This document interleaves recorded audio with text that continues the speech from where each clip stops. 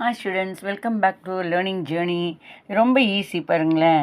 இது வந்துட்டு எஸ் முதல்ல வந்துட்டு இது வந்து ஒரு கோடு போட்டு அப்படி கோடு கோடு கோடு போடுறது, அதை ஒன்றுன்னு காமிச்சிருக்கேன்.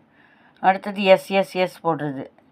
அடுத்தது என் ஏபிசிடியில் என் மாதிரி. அதுக்கப்புறம் நத்தை, இதை இந்த மாதிரி நத்தை போடணும்.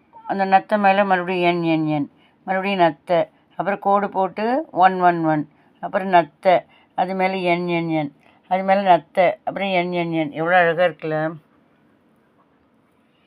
இதில் வந்துட்டு கொடி மாதிரி ஒரு கோடு போட்டு ஒரு புள்ளி புள்ளி வச்சு ஒவ்வொரு அப்படியே வட்டமாக பண்ணிவிட்டு டாட் மாதிரி பண்ணிவிட்டு அப்படி அப்படியே கோடு போடணும்.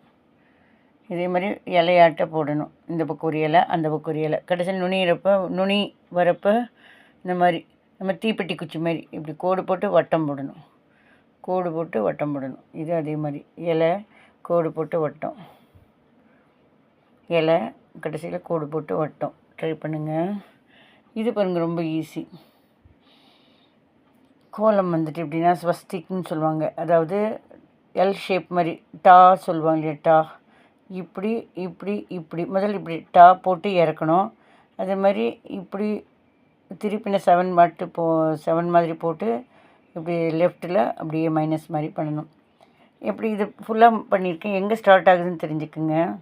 அதாவது நிமிர்ந்து இருக்கிற இந்த கோடு இருக்குல்ல, 1 மாதிரி, அதை வந்து படுத்துட்டு இருக்கிற அந்த 1ஓட அப்படி ஒன்றுனா அப்படி இப்படி போய் போய் இணையணும். அதே மாதிரி இங்கே நிமிர்ந்துன்னு இருக்குது, இது அடுத்ததோடு இப்படி இப்படி வரணும். இப்படி இப்படி இப்படி இப்படி. அதே மாதிரி இங்கே நிமிர்ந்து இருக்கிறது இந்த படுத்துன்னு இருக்கிறதோட இப்படி கோடு போடணும். இப்படி இப்படி இப்படி. அதே மாதிரி நிமிர்ந்து இருக்கிறதோட இந்த பக்கம் இப்படி. இதுதான் இப்படி பண்ணியிருக்கேன்.